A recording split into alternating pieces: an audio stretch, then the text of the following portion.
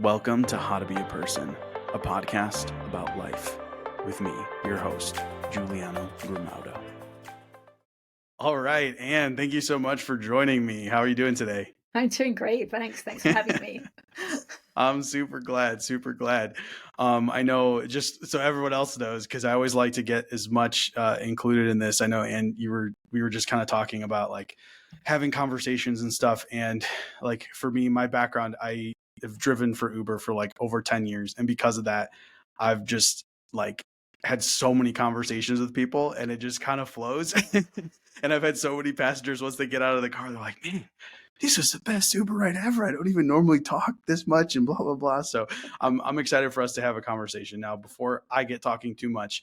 And do you want to explain a little bit about who you are and what you do? And then we can kind of get going from there. Sure. Yeah. I wouldn't normally be on something like this. You know, Okay. I was just a stay-at-home mum for many, many years and quiet and just enjoying my life. But I started changing myself because I was so scared all the time. I had PTSD from my dad's anger and alcoholism, and I was just so scared all the time, and I had to change. So I made myself change, and it's been an ongoing process that has taken me beyond I knew was possible. At this point, Okay. I can do some really crazy, powerful things. Right? I can put my awareness inside my bones, inside my tissue, and release tension with focused awareness or focused attention. And I've shifted my skull bones, and I've grown in my 50s. I'm taller than I have ever been in my life. Oh, yeah. I remember reading that. I was like, wait, I have to know more about this. So I'm sharing my story of how I did that because I'm Yeah, not anyone special, right? Anyone can do what I did. It just takes a lot of sure. determination and work to do it. Sure. Well, I noticed earlier you said that like you would never normally be doing something like this, but then you also told me that you've done a lot of podcasts at this point, right? You've been on like, we said like 400 or something. Yeah, a Okay. lot. So what did you say? Yes, a lot of them. Yeah, that Sharing is my a lot. story. Yeah. 400 is a lot. Okay. So then my question is like, okay, when you talk about like when you said that this isn't something you'd normally do, that's because of what you mentioned, like the being scared from trauma. Yes. And I was quiet. My dad used to tease me about my voice growing up. I had Mm, lots of traumas. One of them was going to a boys' boarding school. When I was 9, we lived in Hong Kong, and okay. I was sent to boarding school at my brother's boarding school in England, which is halfway across the world. And I was the only girl boarder for the first year. So Mm, I was left alone with a lot of 9 through 13-year-old boys that teased me mercilessly. yeah, I'm sure. So I learned not to talk. It was much safer not to say anything. So I had to reverse all that. This whole process that I've gone through in the last 20 years has been reversing all those traumas that I had inside of me, just one by one, working through them and releasing the tension. I realized it's tension that's stored actually physically in the body. We're just not aware of that to begin with. Mm, And it just kind of loosens you up. Right. So yeah, it's easier to talk now than it used to be. sure, sure. Well, I think first of all, I think that that's really cool. I think a lot of times, um, and this is just normal across the board, and it's not like a failure on anyone's part, but I think a lot of times people's reaction to like trauma and stuff like that, they just kind of let it affect who they are and then don't like do anything to change it later. And I think it's important that people, give themselves like, I guess for lack of a better word, like grace. So I don't mean like that people should be constantly trying to fix themselves or anything like that. But I do think it's really cool that you didn't just let what happened to you, like just define the rest of your life. And now you're saying like things that like, you like you not only just changed like internally, but literally like you're doing things that most human beings never even do. Like it's not even just that, oh, it's not holding me back anymore. It's literally like you got so far past it that you're like, well, now I'm like superhuman. Like Right. I'm like growing on top of stuff. Like what? Yeah. I'd never heard of what I could do now. That's why I Yeah. knew I had to start sharing it because yeah, it was just wild once I Yeah. was able Yeah. to do it. Okay. So I'm curious, and you don't have to, you can share whatever you feel like sharing, but um I'm sure, the trauma that you experienced, that even though it's, like for you, it's obviously it's totally valid. It's also something that other people might have experienced, right? Like something similar. So I'm just kind of curious, like what you're willing to share as far as the trauma you experienced. Just for anybody that's listening that might be able to be like, oh, that's me too. Wow. I didn't realize that I could get to the point that she's at, and I went through the same thing, you know? So I'm curious what you're willing to share about that. Sure. Before I do that, I want to just say something in response to what you said a few minutes ago. And that is, most of us, it's stored in our subconscious mind, right? So I didn't realize my past was affecting me until I was in my late 30s, older than you are now. Sure. Right? I had no idea that it was still affecting me. I had to have something happen. I had a business altercation with a couple of other mothers who told me I'd done something wrong, and I could not stop my mind spinning. Just for 3 days, it just went over and over what had happened and what I said and what they said, and just all the different permutations. I couldn't stop my mind spinning. And it was the end of that I realized, okay, this feels a little bit like how I would react as a child when my dad had told me I'd done something wrong. So that was the little opening. And when I realized, okay, well, maybe something from my childhood is still affecting me. And I had no idea how much. I mean, everything was affecting me. I couldn't see it. So often we have to go through something hard like that to become aware. So that's what's interesting then. Like when you actually did take a step back, you realized that it wasn't just this one altercation that it came out. Like it was manifesting in other ways, but it just was subtle, so you didn't realize it. Right. Well, it actually wasn't that subtle. I just didn't realize it was connected. Okay. I didn't realize it was connected to my past. And that's what we do. We just react the same way to bring up those same emotions that we stored inside. It just happens over and over. So if you can do all this work before you have kids, it's really, really beneficial. Perfect. Which, I mean, you said you listened to my first couple episodes. You know, my wife's pregnant right now, so it's perfect with our first kid. So perfect timing for me. Thank you. Yes, you're welcome. Have you read the book, The Emotion Code? I've not. No, I know people who have, but. Okay. Well, it reminds me of what you're saying. Like, I know that in that book, it's been a couple years now since I read it, but I remember that they were talking about how your body stores, like emotions and traumas are stored in your body if you don't process them when they happen. Absolutely. And then it can lead to physical issues, but also, like you said, it's almost like you're creating a pattern. Like your body's trying to feel it. And because you didn't let yourself feel it when it happened the first time, it's like it keeps trying to get you there so that you can actually feel it and let it go and move on. Absolutely. Is that like kind of what your thing is too? Yes, totally. Amazing. And on a collective basis, or at least in the US, it's happening now, right? There are things happening that are bringing up some really deep, dark emotions that have been stored inside of us for a long time. Okay. They're coming up now to be noticed, to be felt, and to be released. You're saying on a collective level?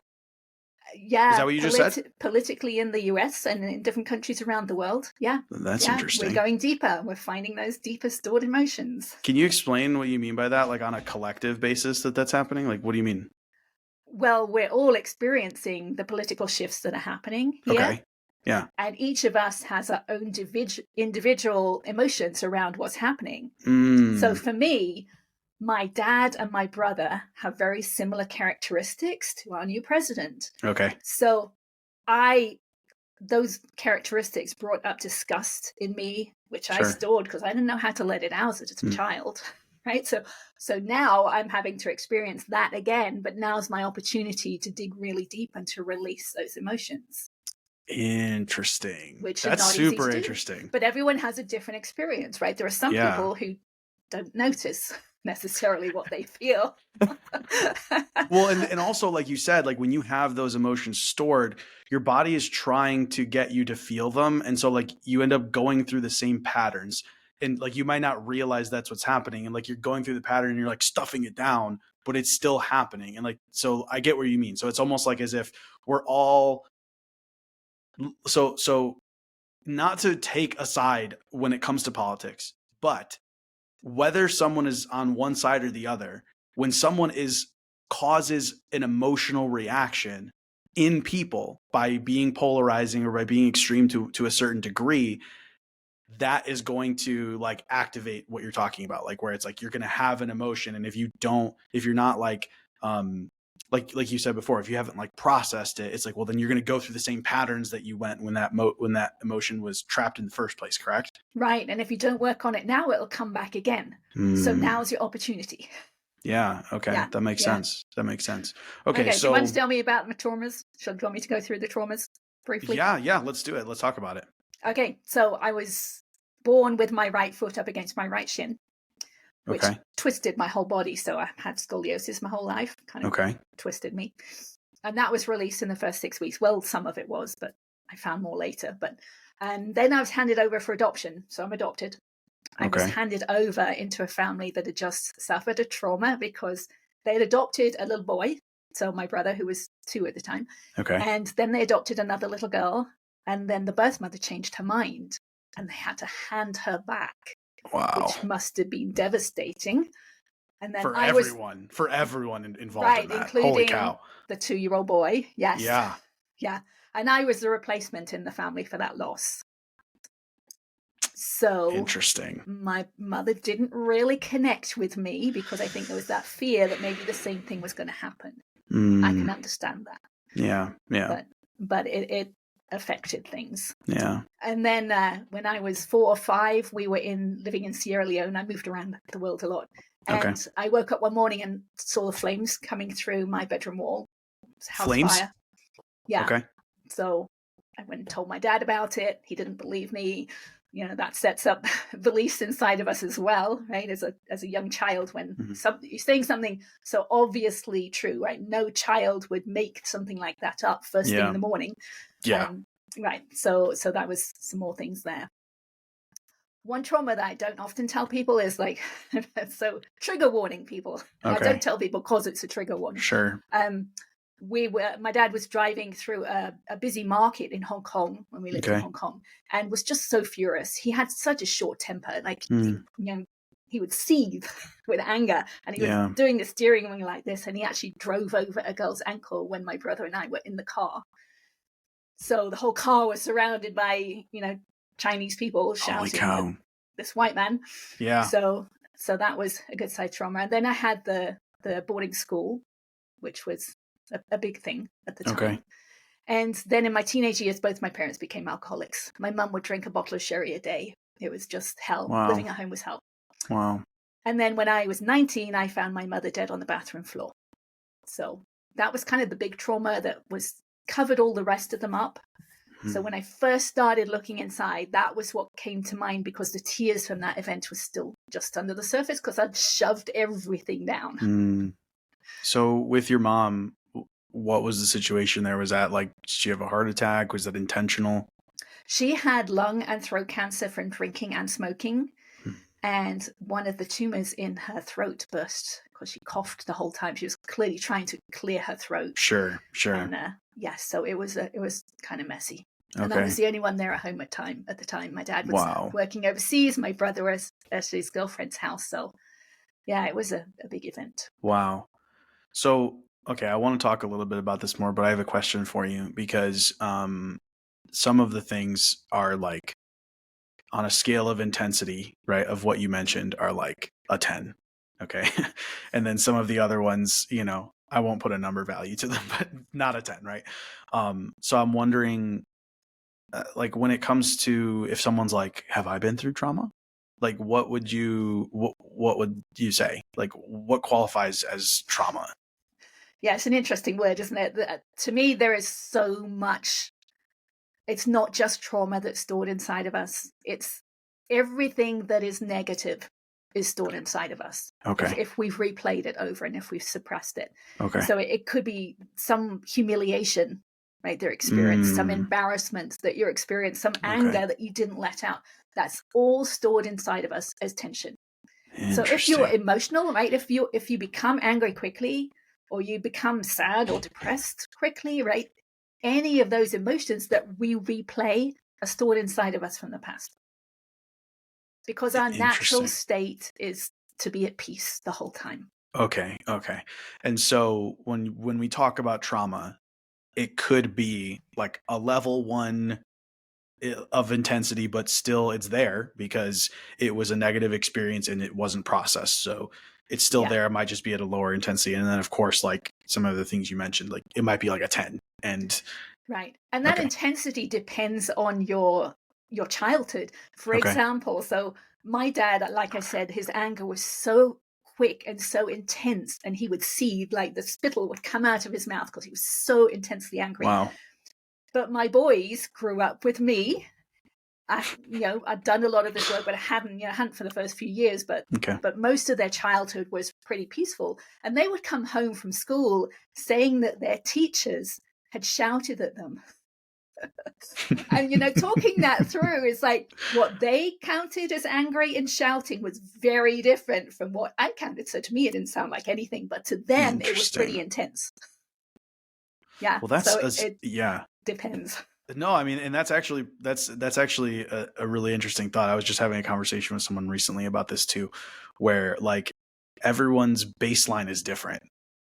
Yes. Like you could be, like you said, just with them, like for them, it's like, oh, she was shouting at me. And it was like, that wasn't shouting, but like for them it was. And so I think it's important to recognize that everyone's baseline is different. And I think like we live in this like weird time where everyone wants to like compare and be like, like your life is fine in comparison to what happened to me. You know what I mean? But ultimately, like, I think everyone's baseline should be respected, right? Like just because someone else like has been through way more, like that doesn't mean that somebody who maybe like your kids in that scenario have never experienced the type of yelling that you experienced, but to them it was a lot in that moment. It's like that is that person's reality. Like whether you agree with it or not, or it's the same as your experience, that is their reality.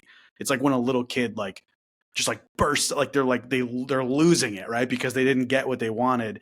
And like as an adult, I mean, I admit I do this, like, because I have friends who have kids, and I just kind of laugh. I'm like, this is hilarious. Like they just didn't get to eat the cookie, and then they're like losing their shit. You know what I mean? And I just go, oh, okay, but that is their reality in that moment. Like that's like the worst possible thing that could have happened to them in that moment. Yeah. So all we can really do is compare ourselves against ourselves. Yes. So I can compare myself to how I was 20 years ago, and there's a huge difference. So that's kind of what I like to share with people, my comparison to what I used to be. Because, other people would might start halfway along my journey, right? They might already be pretty peaceful. Although I found that those who don't have much trauma don't have the willpower to make the changes because there's no real reason to. I could totally see that. I could totally see that. Okay. So what I'm curious now about then is like, let's say someone is listening and they have this trauma, like what is it that, like, what's the next step then? Like how is it that you're releasing the trauma? Like, I know for me, like things that have worked for me, but I'm curious because this is like what you do now, right? Yeah. So what I did early on is before I actually went and worked through my traumas, I didn't know to do that to begin with. I just started working on myself every day, just noticing when I was emotional, because then that can lead back to the traumas, right? Because there was that altercation with those two other mothers that made me realize, oh, it was my dad. So you can work just on how you feel during the day. So if you're listening to something on the news, or if you had something happen with family or work, just notice when you're becoming emotional. So I would ask myself the question, how am I feeling right now? Okay. And then I would ask, and do I want to feel this way again? Usually the answer was no. But at that point, I had a technique that I use. It's called EFT. Have you ever heard of it? Yes. I feel like I've heard of it recently. Oh yeah, it's tapping. That's what I thought. Yes, okay. Right. It's also called tapping. And it's incredibly powerful. Okay. Although some people don't seem that because I think the way it's morphed online over the last 25 years or so, it's being used more for positive affirmations, which doesn't work the same way. And people are using it with scripts, right? Someone tells them what to say and they say it. Okay. But the power in EFT is the tapping actually releases the energy stored in the nervous system around something negative. Right? It's only the negative that is stored in the nervous system, in the body. The positive isn't stored the same way. Yeah, that's kind of how I understood what you were saying. The whole point is that you're trying to release it. So saying something positive, like you're just releasing it. That even if it was doing anything, it's like, well, now it's just being released. Right. It's releasing the resistance to it is what it's doing. I see. But it's not nearly as powerful as finding our actual truth, right? Saying I'm a millionaire when I'm making $50,000 a year, it's not going to do anything. But if you're Yeah. saying I'm making $50,000 a year and I feel poor, that is your truth, right? And that is going to do something. That is going to release the emotion stuck around feeling poor. Okay, interesting. So if you're feeling frustrated, right, I would tap on, I'm feeling frustrated, right? My child did this or that, or my boss said something to me that I didn't like. You tap as you talk through the thing that happened, and it would release the emotion and the energy around it This until is you super can become interesting. peace. For people who are just listening, can you describe exactly what you're doing? Sure. There's different points, which are meridians, the meridian systems, Okay. that like acupressure points that help release that energy from the nervous system. So I'm tapping on, the first one is the karate chop point on the side of the hand. Oh, And then okay. there's another 8 points. So the crown point on the top of the head, the beginning of the eyebrow, the edge of the eye, under the nose, on the upper lip, on the chin, on the collarbone, and under the arm. Those are the standard points. And you just go through those points again and again and again as you're talking through what happens. And you're noticing the emotions, hopefully, but you might not be, and that's okay, because I didn't know what I felt when I started this journey. I would just tap on something that happened, and the emotions release. So I would do that, and then I'd carry on with my day and notice the next time I became emotional. Then I would tap again, bring myself back to peace. And over the days and weeks I was doing this, I noticed I was becoming less reactionary. And when I was less reactionary, right, as the mother of the house, the rest of the family became much calmer too. So it was really nice, and I wanted it to go faster. I wanted more and I wanted faster, which is when I started working on my traumas. Okay, so I appreciate you explaining that for people who can't see the video. So what I'm curious about is like, okay, and I'm assuming I'm not the only person that is curious about this. Like I've seen these videos on like Instagram and people doing the same thing. You mentioned acupuncture. Like for somebody who's looking at this and maybe going, this seems a little weird. Do you have like an explanation that like you normally give to people who feel like this maybe seems a little strange? It does seem a little strange. He's like, It why is she a just little tapping her head? It's It like is the a little like one of these things, you know, like Yeah, right. yeah. Yeah. Well, I used to be a software engineer. Okay. So I have a mind that likes to know something's going to work Sure. before I waste my time on it. Sure. So when I first learned about it, it was a doctor's appointment. And someone I respected, he was a holistic physician, and he tapped with me about my mother's death. And after that first 15 minutes, I'd released so many emotions that I was able to tell the story of her death in my mind for the first time ever without the tears there. Wow. So I kind of knew that, okay, this could be something that I could work with. Okay. But I still didn't really trust it. So I went home. I went online and I learned everything I could about it. It was in the early days of EFT. So the guy who developed it, Gary Craig, who was also an engineer, he was a chemical engineer. He had a whole booklet you could download for free that would teach you everything you needed to know about it. So I wanted to try it out. So at the time, I had a 17-year-old cat at home and his kidneys were starting to fail. And we'd been told we had to give him a daily saline shot, an injection, a saline solution. Yeah. And I hated injections, needles. I just hated them. Okay. And the first time I gave him that shot, my hand was shaking so badly. I knew mentally I wasn't going to be able to do it every day because it was just too stressful. So I thought, okay, let me try out this technique that I had just learned. So I tapped about every aspect of it, which is something you do with EFT. Okay. So I tapped about my hand shaking. I tapped about my fear of hurting my cat. And I tapped about all the injections I had had, because I lived all over the world, right? So I had many, many times that I had had injections. And the next day, the needle just slid right in. All that fear that I had been holding inside the day before had totally disappeared. So interesting. So that's when I realized how powerful it was. And I wanted to be on the other side of all that fear, right? I wanted to be that peaceful about everything in my life. Yeah. So that's when I really started using it.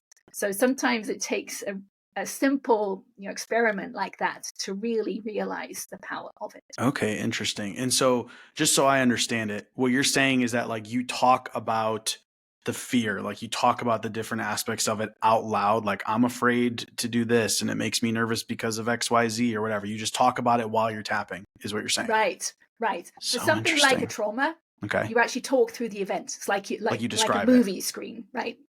Yeah. So it's like with my mother, I would start to saying, okay, I woke up that morning and the radio was usually on. My mum usually had the radio on, but it was quiet. So I kind of knew something was up, but I didn't know what.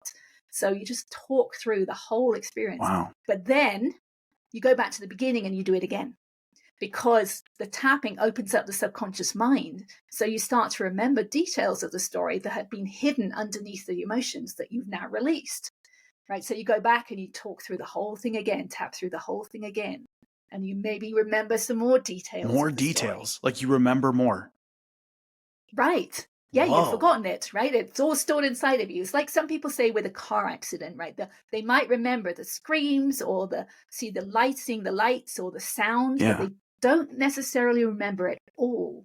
So you release whatever it is that it's most prominent, and then you go back and maybe you'll remember a different part of it, a different aspect of the story. Okay, that's super interesting to me.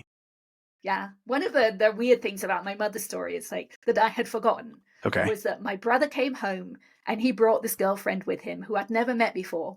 Okay. And she offered me a cup of coffee and she gave me a black coffee. And I only drank coffee. I didn't like coffee. I still don't. With sugar and milk. And I was angry with her. Right. So that's a very small part of the story. Sure. But it's something I'd forgotten and I remembered in this process. Wow. Now that's super interesting. So essentially then by, like you're saying, when you are clearing these emotions through the tapping, that it's part of it is it's opening your subconscious, but it's also clearing the emotions. And so like, it's almost like, it makes me think of like when someone's angry and then like, they're not like aware of what's going on. Is that like kind of what's happening? Like once the emotions cleared, you're kind of like, oh, I can like mentally see like what was actually happening that I was missing because I was so emotional about it. Yes, right. Those emotions kind of put blinders on us. Wow. Yeah. Wow. Yeah, and you can kind of see that in society too with news and things. So, right, they try and rile us up. They try and get us emotional because when we're emotional, we can't see the truth. Yeah. Yeah, but it's also like opening up a wound, right? Opening up a wound, and in my experience, it is literally an inner wound. It's opening it up and it's clearing it out and allowing it to heal. Wow. Well, that's pretty amazing. So I've heard of like some of these different like techniques and stuff like that. And I think part of what's cool about it is, so you said you were an engineer, right? Okay. So like we live in this like, advanced society. We act like we know everything and like it's all this logical stuff, right? And then you come along and you're like, yeah, you just tell the story and tap your head. It solves the problem. So all I'm saying is that like, so it's funny, but it also just, I think it's important that like we learn to trust ourselves and that like, and also realize that we are equipped to heal ourselves. Right? Like you don't need to go buy some special tool to do this, right? Like you're just saying like you literally just talk through it and you're tapping these certain spots. So yeah, maybe someone's got to show you where to tap or something like that. And kind of like what you said, it's like, well, you want to go through the story and then go back up, right? So there's some direction to it. But my point is that like we have the solutions. All of us have it like already within us if we're willing to like just kind of open our minds to it being a possibility. And that's really all it is. Because just like you said, you're like, you don't even have to like believe it. Fine. Just pick one little thing that you're willing to like look stupid about, but like that you would notice a difference if it actually worked. And then just try it. Right. Go in the bathroom, right? You don't have to do it in front of someone else. Nobody I don't needs do it to in know. front of Exactly. You're listening to this podcast, just go in a closet and do this and see if it works. Right. And then once it does, you can be like, guys, it works, Wow. And what I realized in my story, so let me just quickly go through the different steps. There's kind of 3 different steps that I noticed on my story. And the first was doing this tapping. Okay. And as I said, it opens up the subconscious mind. And hand in hand with that goes the deepening of self-awareness. They're kind of one and the same, but we talk about them differently. Okay. So as the subconscious mind opens up, we become aware at a deeper level. So to begin with, I became aware of my emotions, and I hadn't been before, right? I shoved everything down, so I didn't really know how I felt. Then I became aware of the physical sensations underneath the emotions. So if you're feeling something like frustration, you're actually giving that name frustration to how you're feeling. Okay. And that how you're feeling is a set of tension, particular tension in a particular place that then you call frustration. So you can become aware of that tension. Now, I hadn't known that. That was new to me. Sure. But the tapping made me become aware of it. And then I started to focus on the sensations instead of the words. Right. So I was kind of led to do that. It's like, what's the next level? Well, let me just feel the sensations. Because people had said, you know, feel your feelings. That's a phrase people use, but I hadn't known what my feelings were. Okay. So then I started to feel my feelings.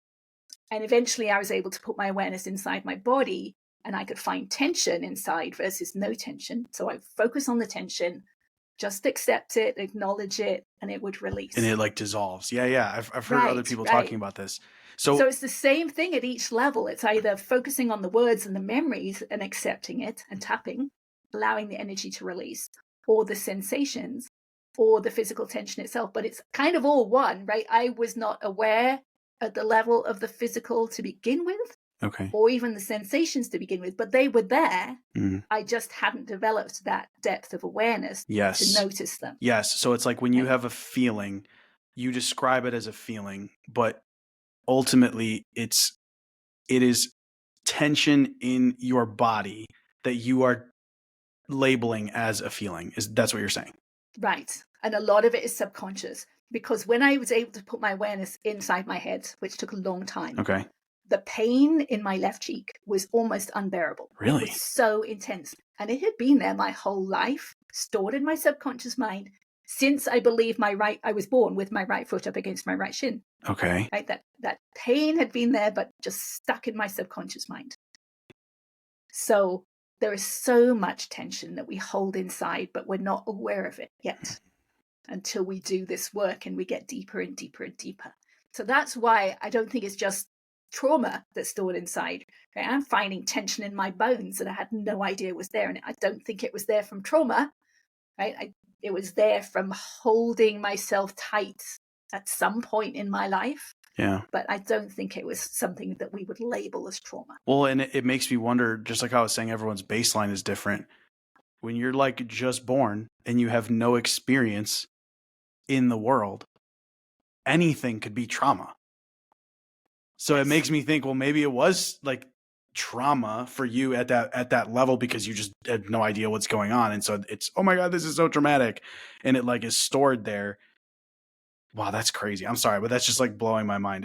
I get it. It makes so much sense. Like if you're like, cause right now, sorry, I'm just like what you said about, well, I don't think it was trauma. It made me think, okay, well, because you like when you were born, like you don't remember that. Like nobody remembers like, well, at least I don't think so. Like, you know, when you're like 3 months old, right? Or like when you were just born, like I think at least most people, I don't know, maybe some people, I know I don't. Okay. And so like, as far as you remember, like you've worked through those traumas and the other ones are manifesting like physically and you're like, well, I don't know the trauma, but maybe it was a trauma based on, again, your baseline at that age. Would you agree with that? I would. Yeah. It's just not something today we would think of as trauma. Yeah. But yeah. I mean, I've been in touch. My birth mother is still alive. She lives in New Zealand, and we've talked about things, and she's told me she's written letters about those, you know, those early times, that first 6 weeks and such. And she was given the wrong ingredient or the wrong directions for the formula. So she was giving me half the amount that I was supposed to have. So I was hungry in those first few days of life. So yeah, any of that can be, I think, taken into the human body as trauma. Just we don't talk of it that way. But adoption itself is a massive trauma. Sure. It's you just hand it away. You never get to come back to the person you've lived those early, the 9 months with. Sure. Sure. Yeah. So yeah. Okay. And it's that holding ourselves tight, right? A lot of us as children will hold ourselves tight many times. And I believe we're storing trauma at that point. We're storing tension inside at that point. Hmm. And that gets stored inside until we start to release it. Yeah, yeah. Okay, so I just want to back up real quick because before you mentioned 3 steps, can we clearly which 1, 2, and 3? Yeah, the first step was doing the EFT, Okay. using the EFT. The second step was feeling my feelings. Okay. And the third step was releasing tension inside the physical body itself. Okay. Okay. Interesting. Which is how I've grown, right? I've grown 3/4 of an inch in my 50s. Yes. Okay, that's what I want to talk about. Like, can you explain that? Yes, it's releasing that burden, right? Releasing the physical burden. So, at this point, I've been releasing tension in my neck. I can feel the really, really old, tight tension in my atlas and my axis bones at the top of my skull, the top of my neck. Where it attaches to the skull. And because I have awareness inside there now, so I can actually. I put a reel up recently where I show an old video of me where my neck wouldn't bend on the left-hand side, but now I can move my head, the skull, on top of my neck. And that I couldn't do that before. Right. So we're supposed to be able to do that. Yeah. And that, that's part of the release of the burden. And so I've grown. I'm taller than I have ever been in my life before, which is crazy. Wow.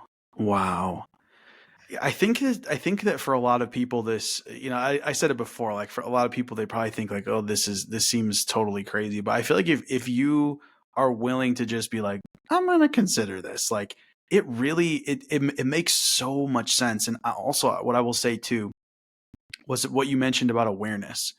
I think if anyone is willing to kind of just like, okay, I'm feeling this. Where is it in my body? And like actually try to pinpoint it, you realize that what you are saying is true. But also what you said, like it's not something that like you're just immediately good at. And part of the reason is because I think like from a very young age, like most people, it's like you're not taught this, like to like be aware of yourself and also not even to trust yourself. I feel like from a young age, everyone's always like, I know what's best for you. Right. Like, I know this is how it's supposed to be. And you're kind of like, oh, like you're taught to look to other people to like how to interpret what you should do, what's happening. And maybe I'm going on a little bit of a tangent here, but I feel like the same thing, even when it comes to like with doctors, and I not to diminish anything that doctors do, but also like there's so many people who like, they almost like they outsource like thinking about their body to their doctor. And it's like, oh, well, I'll just bring this to the doctor and they'll tell me what's wrong. And it's like, we all have this capacity for self-awareness that I think it just needs to be like honed and improved upon. And when you are, then you'll know what's wrong. Like you will become aware, like this is the issue, this is where it is, and I know how to fix it too. Yeah. Yeah. We have to stop telling our children to suck it up, right? We actually have to allow them to feel the feelings of whatever's happening, because if they can release it then and there in childhood, they're not going to replay the feelings as an adult. God, right? So it's going to take a big change. Oh, that makes so much sense, because that's kind of like what my next questions were, is like, okay, we have all this information, now what? Like, how do we apply it? Like where are we applying it? Is it just, okay, I want to use this now to, overcome traumas from my past? How does it help me moving forward? Same thing, like you just said, like with our kids, this is what we could do. So I'm just curious, like any other things you feel like what do we do with this now? First of all, we have to use it on ourselves. Okay. We have to see that it works. Yeah. Because once we change ourselves, things around us change. So we always just have to we can't change someone else. We have to change ourselves. But if we can do it as we're young parents or before we become parents, then we can react differently and work differently with our children. And then that next generation will grow up being different. Mm-hmm. Mm-hmm. But this is actually about becoming different. I needed to become different. That's why I didn't meditate. Meditation is, I think, beneficial. Right? Okay. It can help people quiet their mind. And in that moment, it's good. But this is actually changing us at a physical level. Yeah. This is much more beneficial and it works much quicker. Yeah. Do you feel like meditation can help people get to the point, though, where they have more awareness of what's happening in their body? It can. There's different forms of meditation, of course. Okay. There's one called Vipassana meditation, which is where you actually sense through the body. Mm-hmm. You move around the body and you You feel like it. move So your that's awareness going to, around and like now think about yes, the tips of your fingers and yeah, okay. yes, yes. So that's going to work much better. It's not quite what I do, because what I do is I find the tension inside and I focus on it, hold my awareness on it until it releases. Whereas I think in Vipassana, you kind of just keep going. You don't spend the time on each place. Okay. So it's slightly different. So, well, I yeah. also feel too like, why meditate when all you could do is just tell the story and tap? Like, you know what I mean? It's actually much easier. It sounds easier. That's what I mean. Like, because I mean, I meditate actually every day, and well, I guess it's like you said, there really are like different forms of meditation. I feel like someone can say they meditate and it can mean like 5 different things. And when I say I meditate, I mean like I just focus on my breath for like a few minutes every day, just not doing anything except focusing on my breath and like trying to not think. But like I could see how like, okay, if your form of meditation is like, I just want to try to be aware of my body and try to see like, where is there tension in my body? Like that could help you. But again, it's literally just like, there's a lot of people who struggle with meditation. Like, this is really hard. How do I keep my mind quiet? It's like, well, who cares about keeping your mind quiet? Just say the story, say what happened and do the tapping and move on with your life. Right. Like, right. You don't have to keep your mind quiet with EFT, right? yeah. If you have a busy mind that's just going around these thoughts, just tap while you're thinking the thoughts and just acknowledge the thoughts. Even while you're thinking. The thoughts are coming up because there's energy underneath them. So even while you're thinking though, because before we were talking about like saying it, like you're saying even just thinking about it and doing this you while could you're say the thoughts out loud. Yeah, but I'm saying like, but if it can also still work if you're just thinking about this. Right. Yes, it can. Wow. Yes. Yeah. One of the fun things that I noticed on my journey was that my mind started to become quiet, because the thoughts that I used to think, which were negative thoughts, right? They were judgmental, they were self-critical thoughts. I hated myself, all those things. They actually disappeared.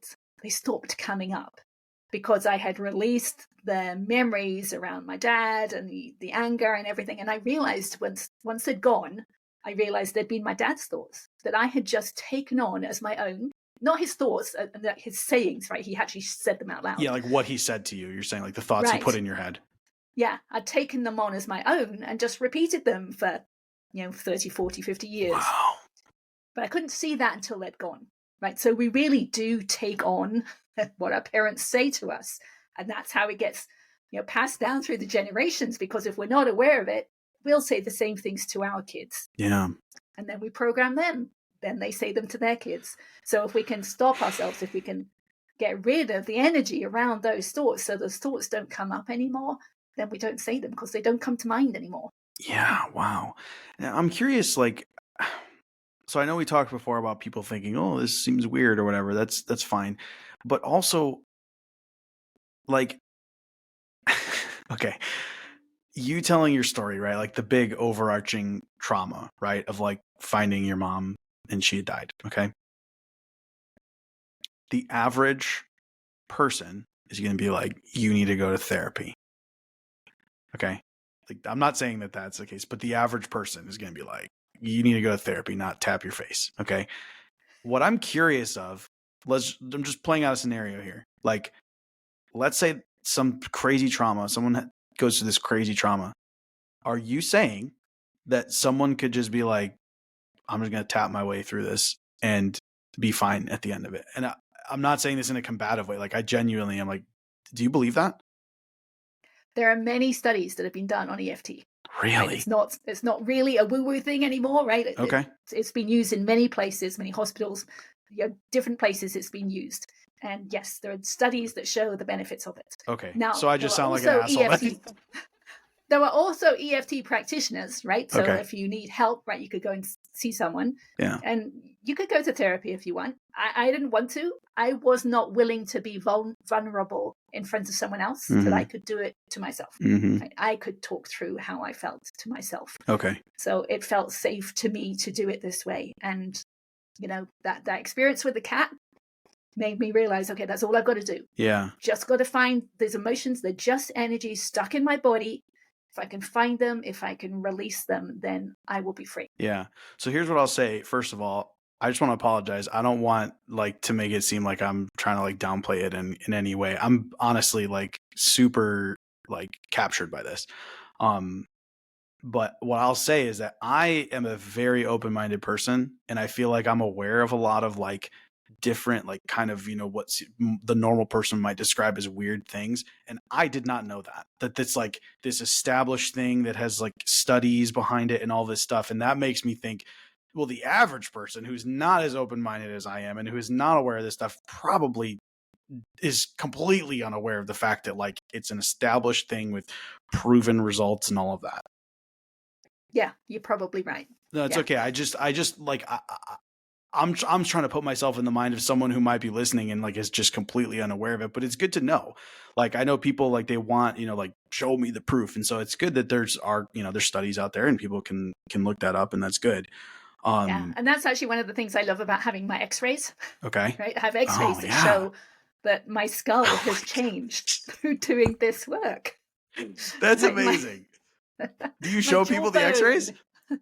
Yeah, they're on my website. I've got them multiple different places. Okay, Yeah. so if someone wants to see it, then they can go to your website and see it? Absolutely. They're right there. Okay, Yes. what is your website for people who want to go see It's it? just my name, AnnHince.com. ANNHINCE. HINCE.com. Okay, cool. Yeah. Yeah, along the same lines, just kind of talking about like so, okay, I've when I say like I have familiarity with some of the stuff, I have someone that I know who like they had recommended that book, The Emotion Code, to me, and one of the things they do in there is like with magnets, and you're like, magnets? Like it literally like they like rub a magnet down your back, and like she did this with me to help me with like my motion sickness. And what I'll say is that it didn't stick. Like I eventually started getting motion sick again, and she told me that would happen. But like the very first time I flew after we did that, I had like zero motion sickness. And I was like, what?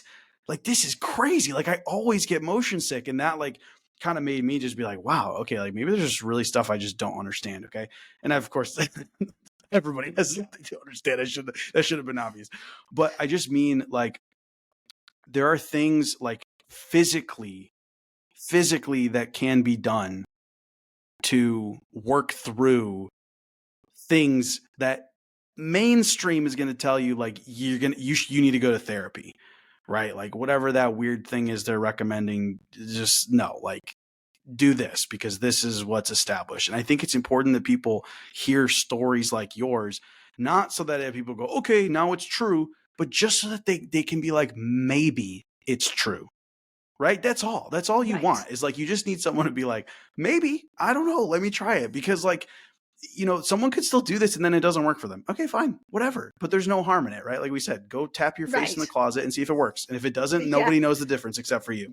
You're not going to hurt yourself by trying this. For Exactly. Sure. Exactly. And I think it's important that people hear about stuff like this because again, like the most established is like, well, you need to go to therapy and like anything else is just weird or like it's not a thing. And I know you said that this is established by studies, but again, like most people, because like even me, like I said, I'm aware of like a little bit more like than I would say the average person. I'm more open-minded than just average person. And I didn't know that. And so I'm glad that people that you're here to be able to like share this, that people can be like, okay, I'm going to look into it. I'm going to look in and see if this is like actually something that could help me, Right. And a lot of people, there's a lot of things online these days and people talk about being able to change beliefs and change your life by just deciding to do that. Mm-hmm. And my story shows that it's more than that. You can't just decide to do that because it's stored physically in the body. Mm. So there has to be some physical aspect to healing. So to me in EFT, it's, we're tapping on the body. With your experience, there was magnets there, right? It's not just talking about it, right? Talk therapy does something, right? If you keep saying the same thing over and over again, kind of like we do with the EFT, you're going to tap into those emotions and you're going to help release it. But it's got to be more, and in my experience, if you wanted to go faster, you've got to be more than just words, just talking about it. Yeah. There has to be a physical component to it. Well, it is interesting too when you mention the physical component because I think, the widely accepted thing is that it's just mental, right? That like you've been through something and it is having an emotional and effect on your mental capacities, but not that it is something physically that has been altered in you that physically could be fixed, like a broken arm when they're like, oh, well, let's put a cast on it, right? Like no one is Right. thinking of that. And I think that's like an important thing to realize. Like you said, it's not like you could talk about it, but like that's not actually solving the real problem, because the real problem is a physical problem. Right. And there's a lot of stigma around being told that it's all in your head, right? Sure. And it's not all in your head. Some of it's, right, the thoughts and the emotions are there, but they're also stored physically. And we don't know that. The problem is we don't know that, right? It's Yeah. stuck in our subconscious mind. So we don't know beyond the thoughts and the emotions. We don't realize there's a physical component to it. And there is, right? And if you do this work, you'll realize there is. But hopefully if you just hear my story, you'll realize there is too. Yeah. Yeah. So I'm curious, like what are you doing with this now? Like, are you just like sharing your story? Like, I feel like I should probably know this, but like, do you have like a book? Do you help people like with this one-on-one? Like, what is it that you do now?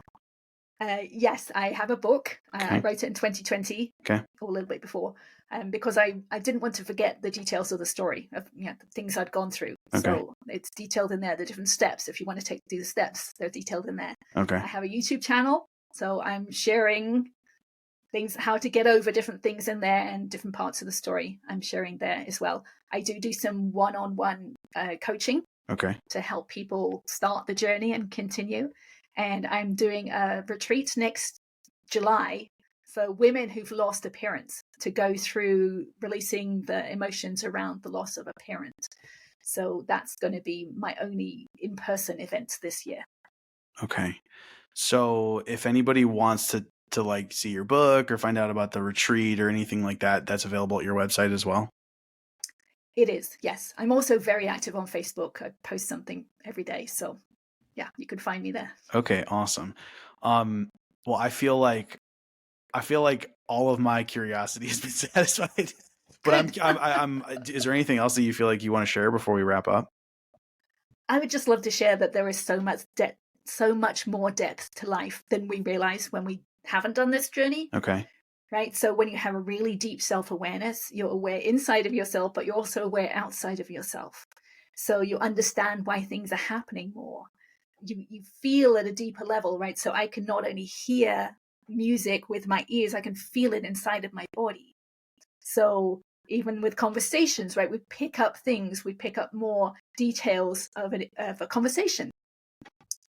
And so there is just a lot more to life once you do this work than you realize. Okay, well, so if you're depressed, right, if you're depressed and you think that's not worth living anymore, if you do this work, you will start to see that depth to life. okay, well now I have more curiosity. Okay, can you explain what you mean? Like okay, so I understand. So I've played guitar and sang and played the drums and piano for like, a great portion of my life, and like music, like it does something to me, right? Like there's certain songs and like certain like combinations of chords where it just makes me cry. Okay, like it doesn't even have to be about anything. You just hear it and it makes you cry. Okay, so I feel like I can kind of understand that, but I'm curious like what you mean. Like what is it that you're feeling that's different? And also like what is it about this work that's allowing that to happen?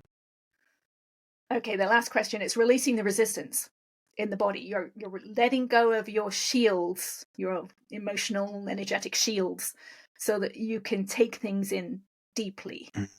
So once you do that, I learned this in a group I was leading, and I would play chimes at the beginning and have everyone listen to the chimes, like just relax and listen to the chimes.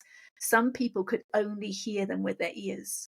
Some people could feel them in different parts of their body, and others could feel them throughout their body. And it's different than just hearing through your ears. There's sensations involved. You with me? Yeah. This is pretty cool.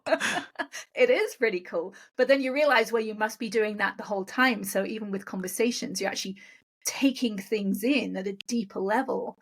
And, as within, so without is totally a true statement. So I can see in other people where they're holding themselves tight, where their joints must be stiff because they're not walking, smoothly, where they're breathing or where they're not breathing, right? When we're telling a lie, we don't breathe deeply into our body because we don't want to feel it, right? So there's all sorts of different parts to it. Well, now I'm wondering, have you like assessed me while I'm on here? You're like, I can see you holding it in this one spot.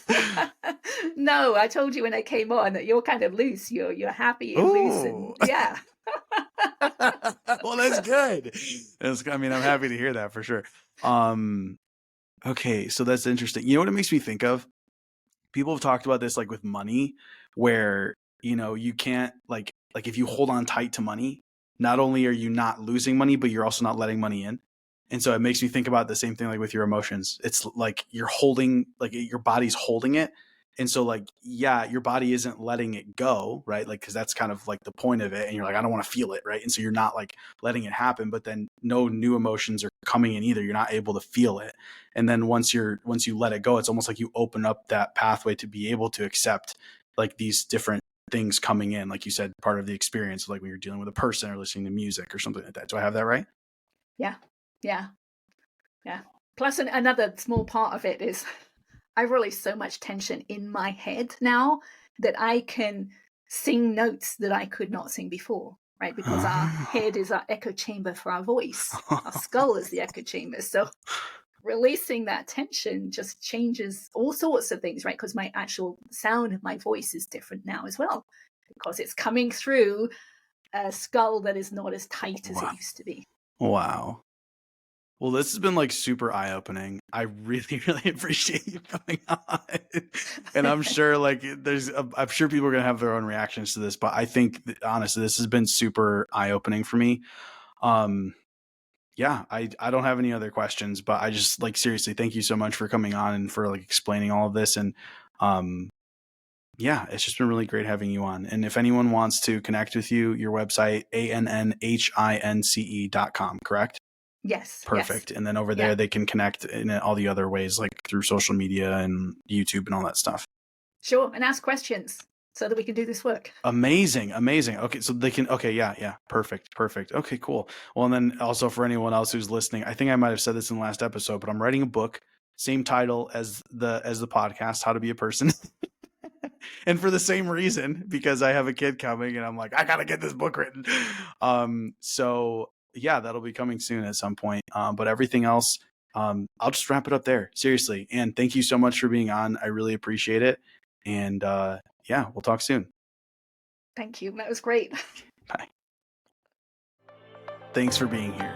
If you enjoyed this episode, please leave a review or share it with someone who'd appreciate it. For everything I have to offer, visit howtobeaperson.co.